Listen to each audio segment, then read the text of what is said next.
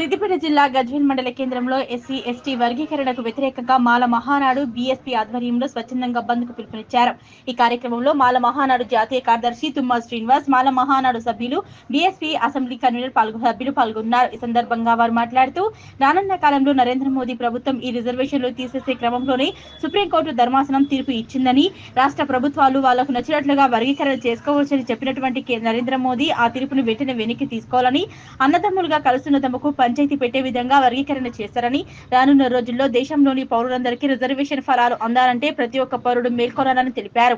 ఆనాడు బాబాసాహెబ్ అంబేద్కర్ వెనుకబడిన తరగతుల వారికి రిజర్వేషన్ ఫలాలు అందితేనే సామాజికంగా, ఆర్థికంగా వారు బాగుపడతారని ఈ యొక్క రిజర్వేషన్లను తీసుకొచ్చారన్నారు.